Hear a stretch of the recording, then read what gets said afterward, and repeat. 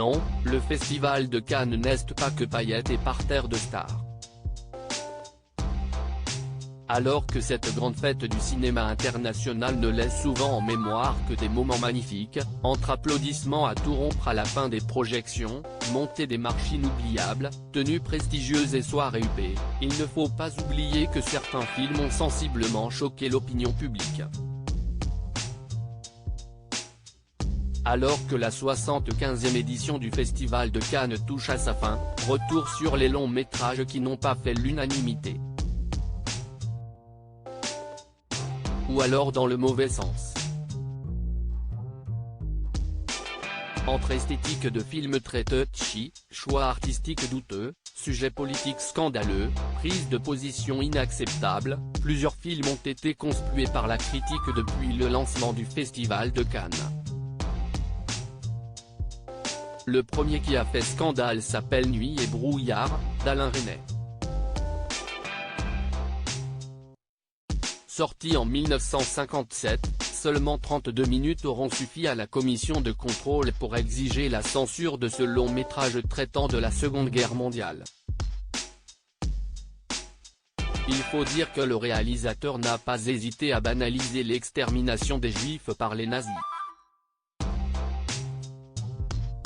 3 ans plus tard, en 1960, ce fut au tour de la Dolce Vita de Federico Fellini de subir les critiques. La raison ? Un film jugé vulgaire et décadent, sans aucun intérêt intellectuel qui aura valu au réalisateur italien de se faire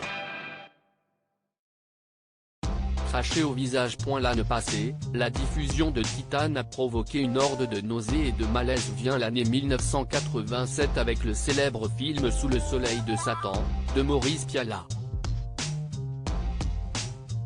Ce dernier a reçu la Palme d'Or sous les sifflements intenses de l'Assemblée car le film, traitant d'un abbé de campagne rongé par les doutes, était jugé ennuyeux et prétentieux.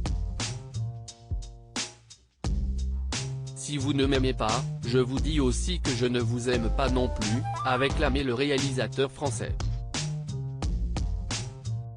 Logiquement, l'œuvre Crash de David Cronenberg a également été conspuée au plus haut point lors du Festival de Cannes de 1996. Lors de la projection, de nombreux spectateurs ont quitté la salle, jugeant le film bien trop vulgaire et violent.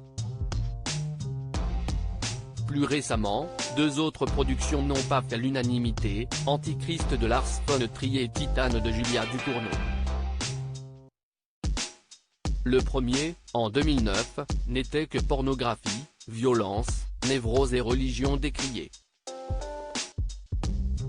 Sifflé pendant la projection réservée à la presse, notamment pour sa scène de mutilation génitale, le film a tout de même valu à Charlotte Gainsbourg le prix de l'interprétation féminine.